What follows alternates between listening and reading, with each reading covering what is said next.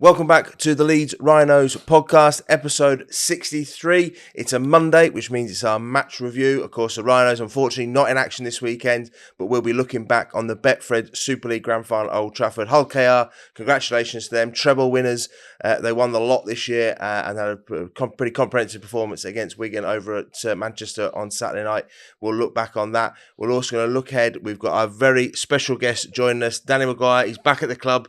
The legends come home. We'll hear a bit more about Danny's new role with the Leeds Rhinos Foundation and get his thoughts on the grand final. Make sure you subscribe wherever you get your podcasts to stay in touch with all things Leeds Rhinos. It might be the off-season, but we'll still have content coming out, especially with the all-exciting Ashes coming up. We cannot wait for that. The England squad's been announced today. We'll talk a little bit about that as well. And so we're building up nicely to that one. We cannot wait, especially for that third test here at AMT Henley. If you've not got your tickets for Wembley yet, why not? First test, let's pack it out. Let's make it a celebration of all things great about Rugby League. Get down there. Tickets on sale. There's plenty still available. Get down and celebrate that. There's no point whinging about the rest of the world not taking our game seriously if we're not taking it seriously. Get down there, support the England team. Hopefully we can get the series off to a winning start, and that will set things up nicely for the games at Everton and here at AMT Headingley. Remember to click that notification button so you get told as soon as our latest podcast drop, and we'll keep you up to date all the off-season. Lots of comings and goings, and especially when the boys are back in pre-season. We'll keep you up to date how things are going there. I know we have lots of questions about what happens in pre-season, how things go on, and we'll answer those questions when the guys are back in. So make sure you stay in touch with that.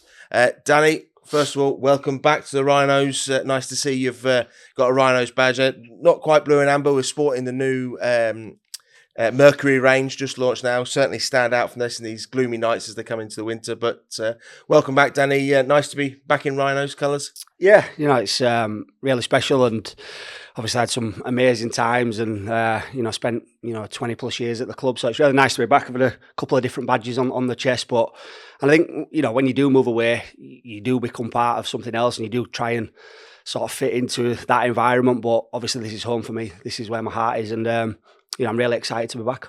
Brilliant stuff. Those who are watching on Sky Sports will notice you're part of their team on Saturday night. You're over at Old Trafford.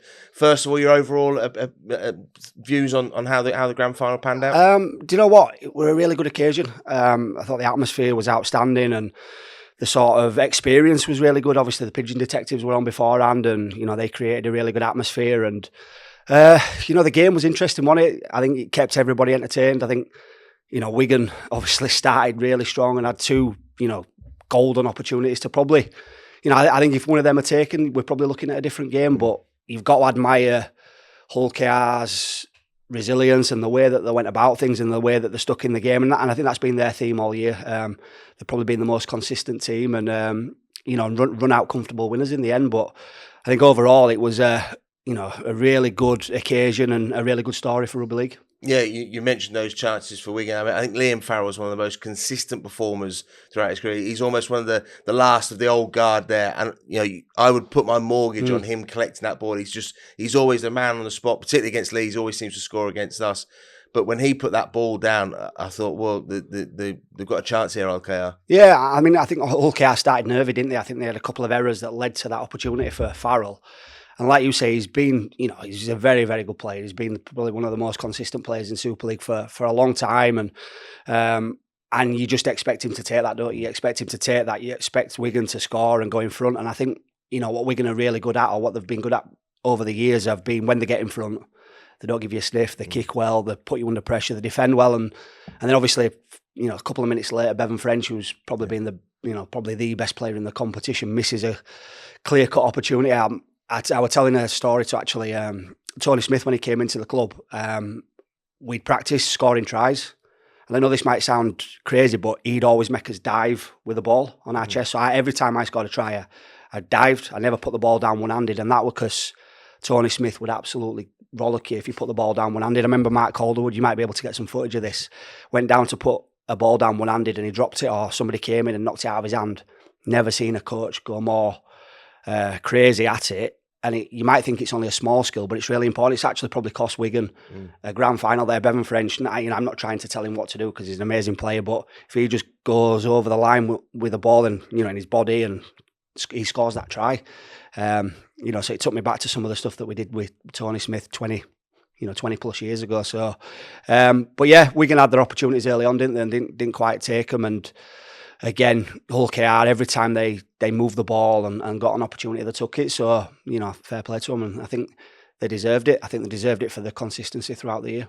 And we've talked a lot on here when we've been reviewing Rhinos games about effort areas, the coaching staff wanting effort areas. Michael Lewis obviously gets the plaudits for what he does on attack, but that effort area for him to carry on trying to chase Bevan French might be doing the difference that just for a fraction of a second caused that error. Yeah, 100%. He's just got to put himself in the picture there. And again, 9 times out of 10, he probably scores that try, does French, but just Mikey being there or thereabouts, or his body, making contact with him, saved a certain try and changed the context and changed the way that the game was probably going to go. So huge play. And then obviously 10-15 minutes later he comes up with a play that we all expect and we all see and we all know he's capable of doing at the other end to put Hull KR in front. Yeah, I thought Hull KR from that point onwards were really clinical.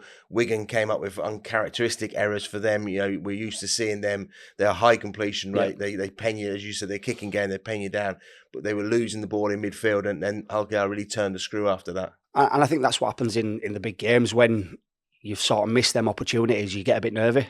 You get a bit nervy, and then you start to do things that you probably won't do.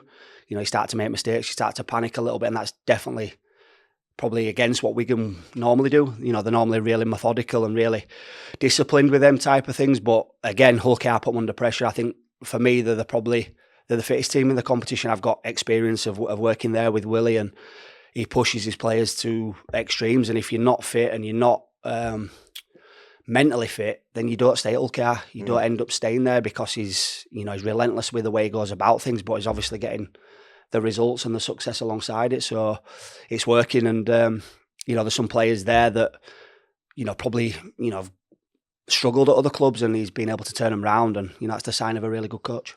And they didn't have it all the way. Obviously, they got that early lead, and then Wigan take that penalty before half time and then score first in the second half. And you thought, well, here we go, it's on there. But they were able to sort of regroup after that and go again was pretty impressive. Yeah, again, the character. I think that's the character, and that's probably the development of them over the years. They've been in, when I was there, we had a couple of semi-finals and then a Challenge Cup final that we lost. They won the Challenge Cup final this year. So I think it's just, you learn a lot in them moments. You learn how to apply yourself in them moments. And I think, Wigan got back in the game, but Hull KR didn't panic. They've been in these situations before. They know how to.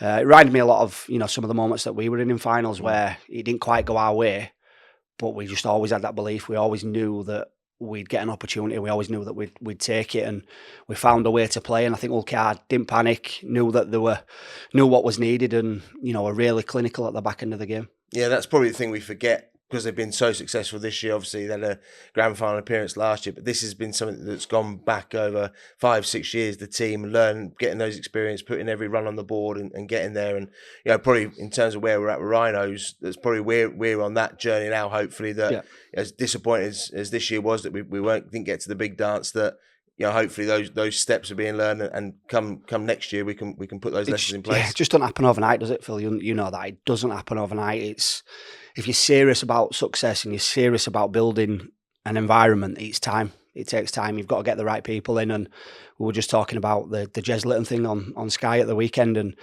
Jez Litton was at Hull FC, who were in Challenge Cup finals near top of the league. And when I was at Hull KR, after I finished playing, I was trying to get some better players in the club, trying to help create this environment that I know brings success. And Jez is now playing for Great Britain and England, and winning grand finals and Challenge Cups. And I remember turning up at the Village Hotel and trying to persuade him to come to Hull KR, who had only just avoided relegation. And he was young, and wanted to impress and wanted to achieve something. So it was a tough sell to get him to move from Hull FC, but managed to pin him down and make him sign the papers. And obviously he's had huge success since. And I don't think I deserve any of the credit. He deserves it for the way he's applied himself and the way he's gone about things. But it takes time. It takes time to build. And Tony Smith came in and did a really good job at KR for a period of time, but Willie's elevated it. Willie's the way he goes about things, and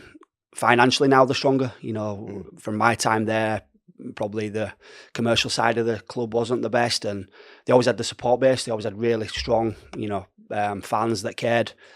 But financially now they're in a great position to attract top players, and obviously they're building, around these local Hull players as well. Yeah, it's remarkable when you think that they've become the first new winner of the title since us in 2004. We were the last team that won it for an inaugural time. It's been a long time to add that fifth name to the trophy. I think it's just a good story, innit? I think, doing the media stuff at the weekend, I was desperate. Obviously, I've got a connection to Hull KR, and I wanted them to win. But it's good for the game, I think. Wigan winning again. Don't get me wrong, Wigan are amazing, and I think Matty Pete's done a great job there.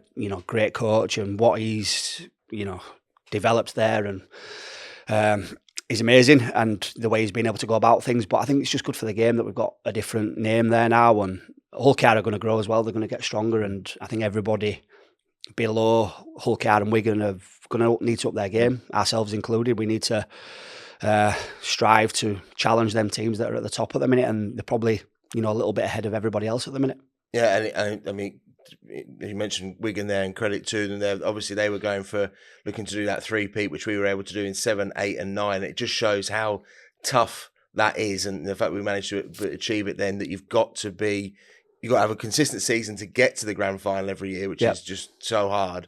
But then to be there and to be able to finish it on the night each time, probably puts that achievement in 7, 8 and 9 into even more heights. The fact that this Wigan team, which has been so dominant over the last couple of years, wasn't able to repeat that. I just think everybody's after you out there. I think when you're the top team, and this is probably Hull KR's challenge now moving forward, is when you're number one and when you're at the top of your game and people come after you, they want to take that tag off you. And if your preparation and the way that you go about things is not on, you get turned over. You can lose to some of the lower teams or some of the teams that are perceived lower. So the challenge is to keep that standards, keep that consistency, keep working hard. And for us to do what we did in 7, 8 and 9, I feel like we probably should have done it in 10 as well. If we wouldn't have had a few injuries, we could have, I feel like we probably would have done it in 10, and then we had 11 and 12. So, I think what we did at that period is, it's going to be very, very hard to replicate, or, we were blessed with special players and a great group and obviously a great club. So we were really lucky, but, it's not easy. Yeah, and there were obviously plenty of Rhinos connections in that Hull KR camp, former players involved in their squad. I mentioned for Danny Ward, I messaged him on Saturday night. He's the drought breaker. He was involved in 04 and we finally got one after 32 years. He's now assistant coach at Hull KR as they lift the title finally after a number of years. He's had to do some hard graft down in London over the years, and now to win a grand final, really pleased for him. I think it's always nice to see somebody that you care about doing well in it. I think that's, ultimately we've got a few WhatsApp groups that you're part of, Phil, and everybody tags in and says well done, and everybody cares. I think once you've played together and you've got that bond, that unbreakable bond, you might not speak to somebody for 2 years or maybe a bit longer sometimes, but once you've laced up alongside somebody and put that shirt on and been in the trenches together, you've got that bond, and you just want to see him do well, don't you? Whatever my best mate Richie Mathers is doing amazing outside of rugby league now. He's got a great career, but outside of it. But then obviously Wardy's done really well and won the grand final, and I think you just want your mates to be successful and doing really well. Absolutely, yeah. And of course, I think the fact that Hull KR are doing well, just another club lifting the game up, and of course we've got a massive event at the start of next year. Hopefully there'll be a World Club Challenge as well, because we want to see that from a Super League competition, taking on the Broncos. But then after that, Vegas and taking on Hull KR over there. You got your flights booked? I think so. Yeah, I think I've managed to sort my flight out. I'm still working on Rob, whether Rob needs me to do any commercial stuff over there. So, but yeah, I think it's great. And I watched the Wigan Warrington game last year and the NRL games, and I think the more exposure, the more we can do to promote our game. I think I'm all for it, and I think Vegas is the city that everyone talks about and wants to go to have a good time, and I think rugby league fans, supporters and people associated with our game know how to have a good time, know how to represent, I think actually it's probably the two best clubs. I really do, sort of fan wise, and KR will travel really well, and obviously we'll travel really well, so I think the occasion will be it'll be good, and I'm looking forward to it. So if you're not getting your tickets, make sure you do. The links are on the website. Go to therhinos.co.uk/Vegas. You'll find all the information out there. Make sure you buy direct from either ourselves or from Hull KR, because only by doing that do you guarantee the income for the clubs, and particularly for the clubs that are going there. It's a big financial commitment, and one of the ways we can get some of that money back is through ticket sales. So make sure you do that. It should be a fantastic trip for the whole of Rugby League being there. Danny, finish off there on the grand final. Obviously, reason you're back here, you've got a new role with the Rugby with the Leeds Rhinos Foundation, looking at those pathways and development of young kids, getting them involved and excited about rugby league. It's something you're passionate about. Yeah, really passionate about. And when the opportunity arose to come back, I'm actually really grateful. I think the job's been kind of created. I don't think there were a role there, so I think first and foremost, I'm like really grateful for the club to be able to give me this opportunity. And I think I was talking to Jamie Jones the other day, and I think it's 25 years the foundation's been going. And I remember it starting, and I wasn't quite when Gary sort of explained it all to us years, 2000 and whatever year it was, and I wasn't quite sure how it'd work. It was the first in rugby league, and I don't think many other sports had it up and running. So I just want to say how amazing it has done actually over the period of time. I think it goes about its business, and it's grown into a really big sort of organisation. But I think, if I'm being honest, it's probably lost a bit of its, passion a little bit. And I feel like hopefully me coming back can obviously instill that back in there. And I think, it does amazing things with wellbeing and loads of other things outside of rugby league. But I think the rugby league part of it's got lost a little bit, the rugby league development stuff. I know there's only a really small portion of money assigned to actually rugby league development that comes centrally back to the foundation. So one of my roles is obviously going to try and get some funds in there to be able to deliver these projects and get the next superstars playing our game. My son plays up at Kippax now, and I love going to watch the amateur rugby league. I spend a bit of time up at Kippax, at East Leeds, and all different clubs. And I think we're at a real crossroads for our game. I really do. I think we need more players playing our game, girls, boys, anyone playing our game. And I think I see my role now, it's probably more important than any other role that I've had at this club. I really do. Like, my role as a player was to play well for the club, for my teammates, for myself, for my family. Then coaching, you want to try and help your players. You want to try and, prepare your players the best you possibly can. But this is bigger. I feel like it's bigger. I feel like it's for the game as a whole. It's for the city as a whole. I think we've probably taken it for granted a little bit. We've probably, sat back a little bit, expecting it just to happen. And I think we need to be a little bit more proactive with some of the things that we're doing. And, I'm not going to fix it all, but I want to try and help. I want to try and, I feel like I've got a bigger purpose now, and, it's really exciting. Yeah, it's fantastic. And I can't think of a better ambassador for, what rugby league can give you. Coming from, you're a proud Leeds lad, and you're coming through at East Leeds and coming on to play for the Rhinos and scoring a try in 04. And whilst, all due respect, because we're all hit that age now, whilst the kids might not necessarily remember your playing career, the parents certainly do. And like Danny McGuire turns up and says, right, bring your kids, come down and play. Yeah. It's the perfect advert for our sport and what our sport gives. To those, you've talked about the values that, it's embedded in our communities, and it's somewhere where kids can go and be part of a team, learn those skills that can take on to, whether they go on to be, the likelihood is they're not going to go on to be professional rugby players, but will there be better people after being involved? Absolutely. And it's a great advert for that. I think it's so important to be part of sports teams, rugby league teams. Honestly, I think not just for what it can do for you socially and what you can learn and your friendships and, your mates that you connect with over the years. I think it just, I think now we're in an age where kids and, they'll spend time on the PS, on the phones, and there's always going to be a place for that. We're not going to get rid of that, but we need to try and get more kids being active, playing our game and, making sure that they're aware of where their amateur teams are, more opportunities in schools. And I think the foundation have done an amazing job. They're brilliant at what they do, but I feel like we probably need to just push it a little bit more and a little bit more awareness out there. We need some help. We do. We need some help to be able to deliver more projects, deliver more coaching clinics, more coaching masterclasses, more player development stuff. We need, and I'm going to be part of this with, hopefully alongside Rob and and Dan, getting more money into the foundation to be able to go out and deliver some of these projects to these kids that need it. So if you get an email or a message from me, please reply and get back in touch. Yeah, and we've seen on here before, and we've had Sam Horner on here, and we've had Dan Busford on here talking about it, and all these things to talk about and the good it can do, that cannot be powered on well intentions and hot air. It needs cash. That's the reality of it, that we need.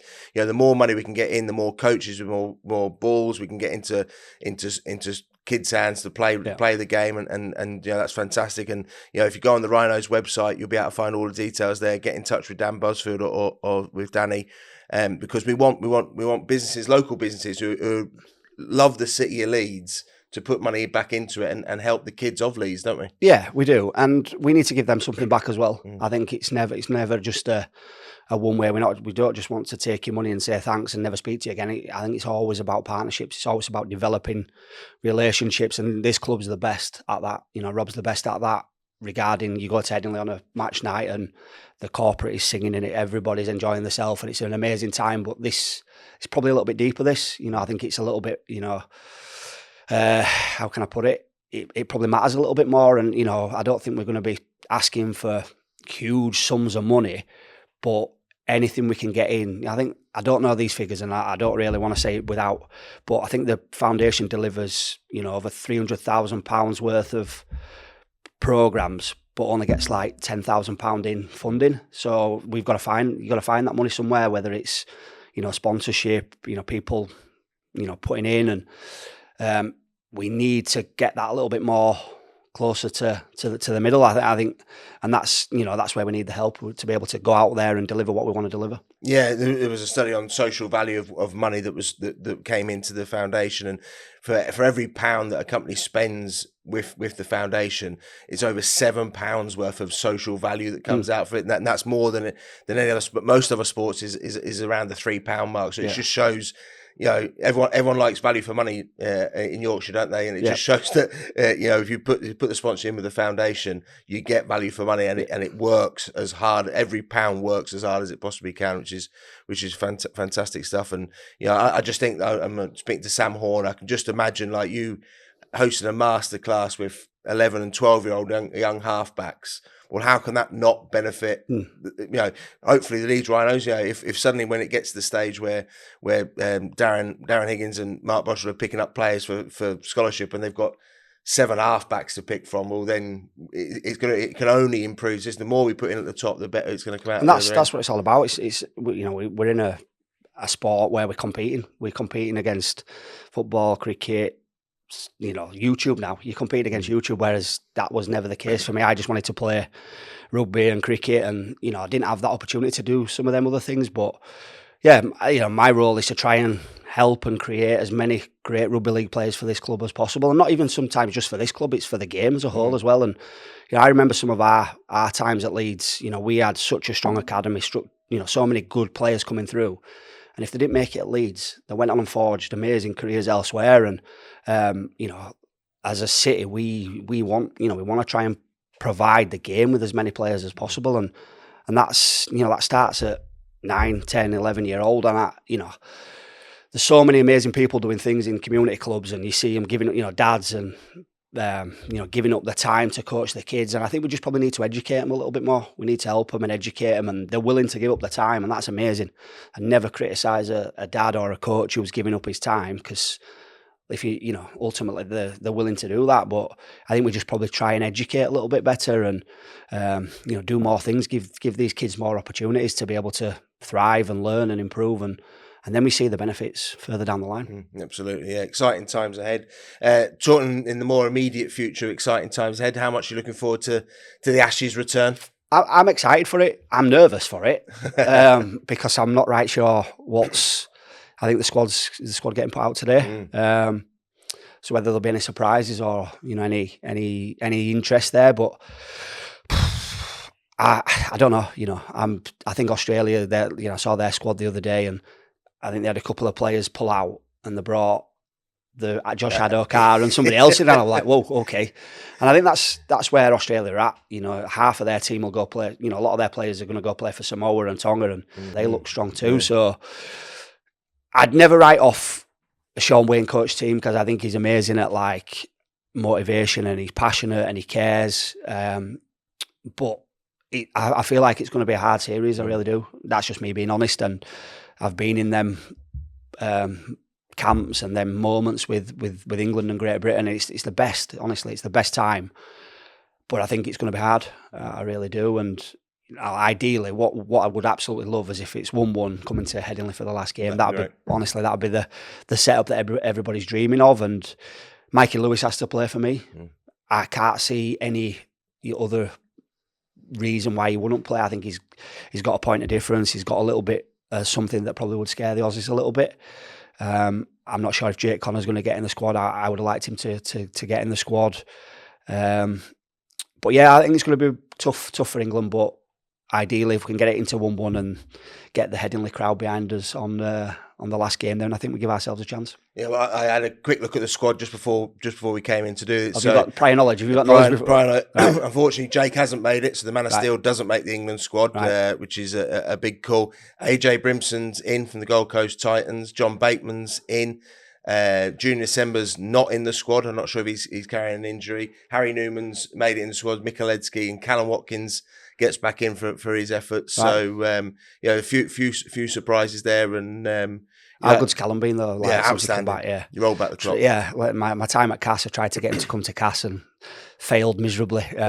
So he obviously came back to Leeds, and I think he was so strong at the back end of the year, wasn't he? I think he's just a good rugby player now, isn't he? I think he's very different to what he was when he first burst onto the scene, when he was all flair and speed and athleticism. And I've got some visions of Cal when playing alongside him, when he's that good, he loses his concentration. He's looking at crowd for his parents or his kids and stuff. But then he's obviously matured now, and he's this player now that everybody looks to for. He's developed into a really good leader. Does the little things really well, and we're really impressed with how he performed at the back end of the year. And it's nice to see him finish his career at where it started. Yeah, in terms of it's been so great to see him come back, because sort of when he left, it wasn't necessarily how anyone would have wanted it, and I think he's really completed that circle. And not only that, it's the leadership within the group he's provided. Yeah. So I'm delighted for him that he's got back into the England squad. Pleased for Mikulecki on the back of a big year that he's got in. In terms of Jake Connor missing out, what was your thoughts on that one? I've spoke highly of Jake a fair few times when I've been on Sky, and I've always liked him as a player. I've always really liked what he does as a player. Even playing against him, he used to annoy me, but I always admired what he could do, that ability. But I think he's really honed it in this year. I think Brad's done an amazing job with him. I think it's probably the first time he's been scared of a coach a little bit, kept him on his toes, and I think that's probably what you need sometimes. You need that as a player. Coming to an environment where you're a little bit, you're not that go-to player that everyone's looking at all the time. In Huddersfield and Hull, he was probably that player that everyone was looking at to get him out of trouble. Whereas I feel like he's been part of the team this year. Watching him a lot more this year, he's as more of a team player. He's toughened up. I think defensively, there's always a question mark there, but I think he's putting his body in front defensively. And as a halfback, obviously, I know that if you don't put your body in front and you're not brave, you're not going to play well. You're not going to be able to create opportunities or do what you need to do as a half. And I think he's been good. So I'm surprised he's not in the mix, because I think he offers you a bit of versatility as well. I think he can play in numerous positions. But again, Shaun Wane is a good coach. He's got his own ideas, and he sees people have got some runs on the board, and that's fine. Everybody's got their own opinions and views on squads, and if me and you picked a squad, ours would be different, and everybody watching would have a different squad to what me and you would have. But I probably I would have had him in or around it somewhere. Yeah, and hopefully the silver lining is that, as disappointed as Jake is to miss out, that he can have a good rest now in the off season, come back with a bit of fire in his belly. He's won a man of steel, but missed out on that. So that he is someone who likes to prove people wrong. So I think that might fire him on in pre-season. Yeah, and that's his challenge. That's his challenge of. I think any time that you have any setbacks or adversity, it's how you react. You know, people are looking to see how Jake Connor will react now. And for me, if I'm in his position now, it's like, right, I'm going to knuckle down in pre-season. I'm going to get the fittest and strongest that I can be. And then I'll show you next year. Absolutely. And just to mention, AJ Brimson mentioned he's coming. You've been involved in squads during your playing career where someone comes in. These lads won't have played with him at any point. So integrating a new player into a squad ahead of the series. I'm not a big fan, to be honest with you. I don't know. I like him as a player. What I've seen of him, I think he's a very good player. I just think it's really hard to somebody that's put. I don't know how many times he's been to England and. I can't speak too much because I don't know his connection, I don't know his family history and all that type of stuff, but I think we've got enough good players to be able to not have to make them decisions. But if he's committed and wants to play for England, then I'll support him like I'm going to support everyone else. Absolutely. And talking about playing, you will be lacing up the boots again in a couple of weeks' time for the 7-4-5 game you played last year. Yes. I mean, the occasion last year were outstanding, wasn't it? It was one of the most enjoyable weekends I've had for a long time. I think the game was a bit more intense than I expected, but it's good. I meant for the cause, and obviously we've seen the news now with Lewis Moody as well, and I think we just need to keep. Kev's obviously doing his runs again, and we can just need to keep banging the drum and making sure that obviously we've lost Rob, but we don't lose the purpose of what everyone's doing and what Rob did in that period of time, and what we've all tried to, we've got to continue that, haven't we? We've got to continue with that, and if that's this game and some other events that obviously the club does amazing what you do, Phil. So yeah, I'm looking forward to it. Yeah, and it's the day after the third test in Australia, so hopefully we've won the Ashes and we go down to Gloucester, down at King's Home the following day. It's and plenty to celebrate there.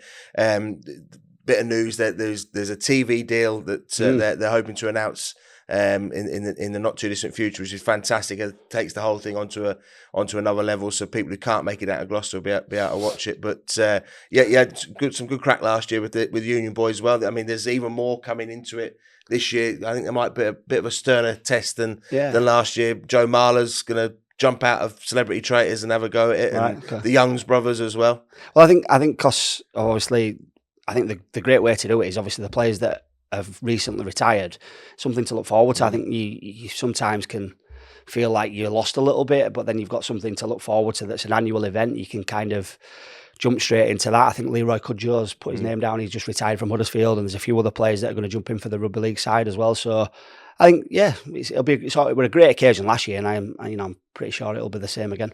Fantastic. We can't wait for it. You can find out more. Just search for 7-4-5 game. Find all the details around tickets for that. It's going to be a great occasion for the M&D community as we go in the hybrid game, mixture of league and union rules. It should be a fantastic occasion down there. It'd be great to see Danny back out on the field, showing his skills. Lit up AMC Headingley last year. Don't know about that, Phil. Fantastic stuff. Well, Danny, it's been great to have you on today's podcast, but back at the Rhinos. We can't wait. We're excited about the future, inspiring the young boys and girls of Leeds to get into rugby league, get playing the game, join their local club. Let's swell the ranks of all our local community clubs, and that can only be good for the Rhinos in the future, and that's something we're excited for. If you want to get involved, check out the details, get in touch with Dan Busfield at the Leeds Rhinos Foundation, and we can guarantee you the feel-good factor from knowing you've supported the youth of our city maximises the money that you're able to invest in us. So it'd be great to have your involvement in us. We'll be back next week with another podcast. We've got podcast favourite Jamie Langley will be joining us. He's going to give us a look back on the season, and you know from watching previous podcasts that Langers goes into great detail, great insight into what the Rhinos are all about. So we're looking forward to that, and we're also going to look ahead to the Ashes series with Langers, obviously a former Great Britain international, and he'll give his thoughts on what's to come against the Aussies on our next episode. But for the meantime, thanks for joining us. Great to have you back on board, Danny, and we'll see you all next time.